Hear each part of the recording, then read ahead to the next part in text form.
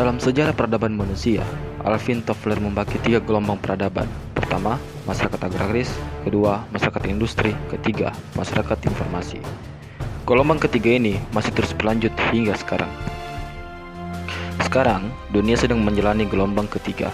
Berbagai inovasi teknologi informasi dibuat demi memudahkan aktivitas masyarakat, salah satunya pemerintahan.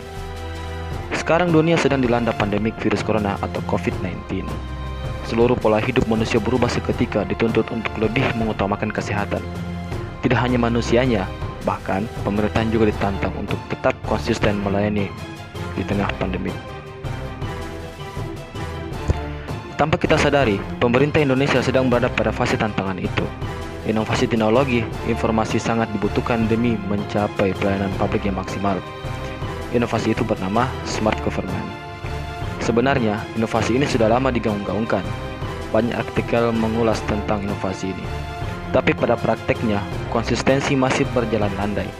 Banyak kendala yang harus dihadapi, salah satunya adalah pemerataan jaringan internet. Istilah smart perlahan-lahan dipraktekkan di lingkungan pemerintah. Basis informasi digital sedang dalam proses dominasi. Melihat jauh sebelum pandemik, segala bentuk kegiatan berkumpul selalu dilakukan dengan tatap muka. Rapat misalnya. Saat COVID-19 meledak hingga ke Indonesia, istilah smart mulai dilakukan. Kini, era new normal telah berhasil memaksa pemerintah berpikir lebih inovatif bagaimana memanfaatkan teknologi tanpa mengurangi efisiensi dan efektivitas pelayanan publik. Penerapan protokol kesehatan telah memperbarui tatanan pengelolaan birokrasi. Demi maksimalnya pelayanan publik, saat ini informasi berbasis digital cukup masif untuk urusan pemerintahan. Jauh sebelumnya, kita pasti sudah mengenal inovasi e-government, begitu juga e-kios, pengurusan perizinan berbasis digital dan berbagai layanan digitalisasi lainnya. Bedanya dengan saat ini, cakupannya makin meluas. Gaya pelayanan birokrasi seperti ini mampu memudahkan masyarakat berhubungan langsung dengan pemerintah. Sebagai contoh, dalam keadaan tertentu, bagi seseorang yang tidak punya kesempatan keluar daerah, layanan digitalisasi sangat membantu.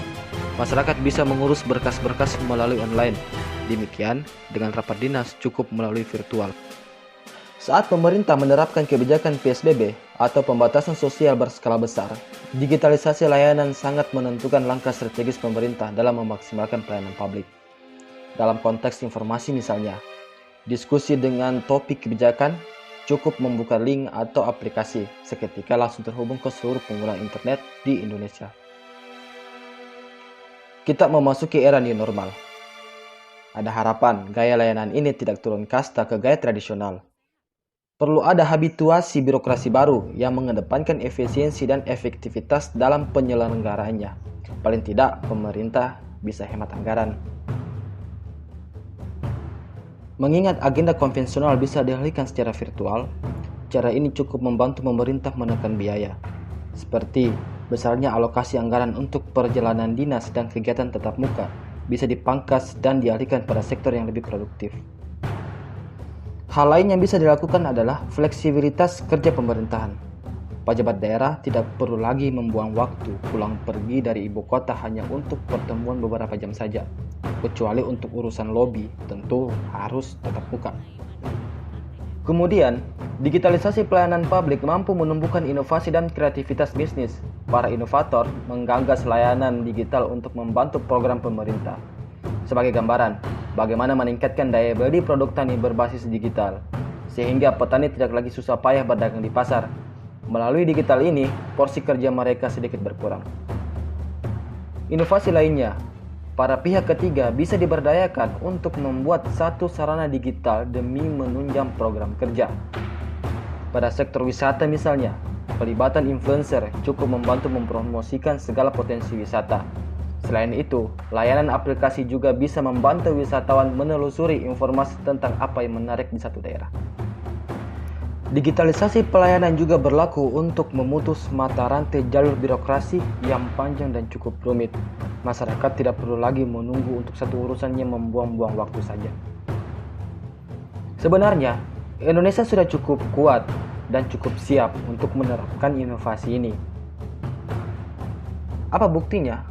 Mari kita simak data berikut ini. Hasil riset platform manajemen media sosial Hotsuite dan agensi marketing We Are Social bertajuk Global Digital Reports 2020, ternyata hampir 64% penduduk Indonesia sudah terkoneksi dengan jaringan internet. Saya ulangi lagi, hampir 64% penduduk Indonesia sudah terkoneksi dengan jaringan internet.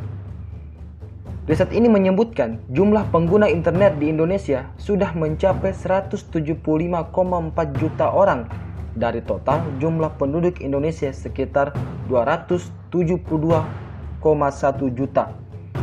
Bila dibandingkan dengan tahun 2019 lalu, jumlahnya meningkat sekitar 17% atau 25 juta pengguna. Masih dari riset yang sama, jumlah pengguna media sosial mencapai 160 juta.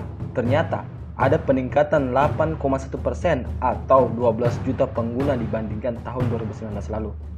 Itu artinya penetrasi penggunaannya sudah mencapai 59% dari total penduduk. Sedangkan untuk rata-rata penggunaan media sosial di Indonesia mencapai 3 jam 26 menit per hari.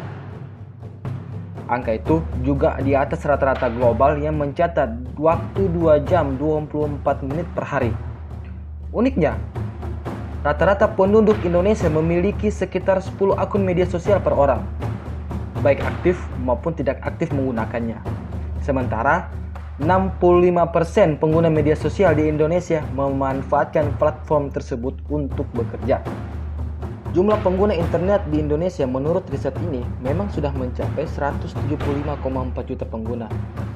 Namun faktanya, pengguna internet mobile jauh lebih banyak, hampir 2 kali lipat. Saat ini, masyarakat Indonesia tercatat sebagai negara yang menggunakan koneksi internet di perangkat mobilnya, seperti smartphone atau tablet, mencapai 338,2 juta pengguna.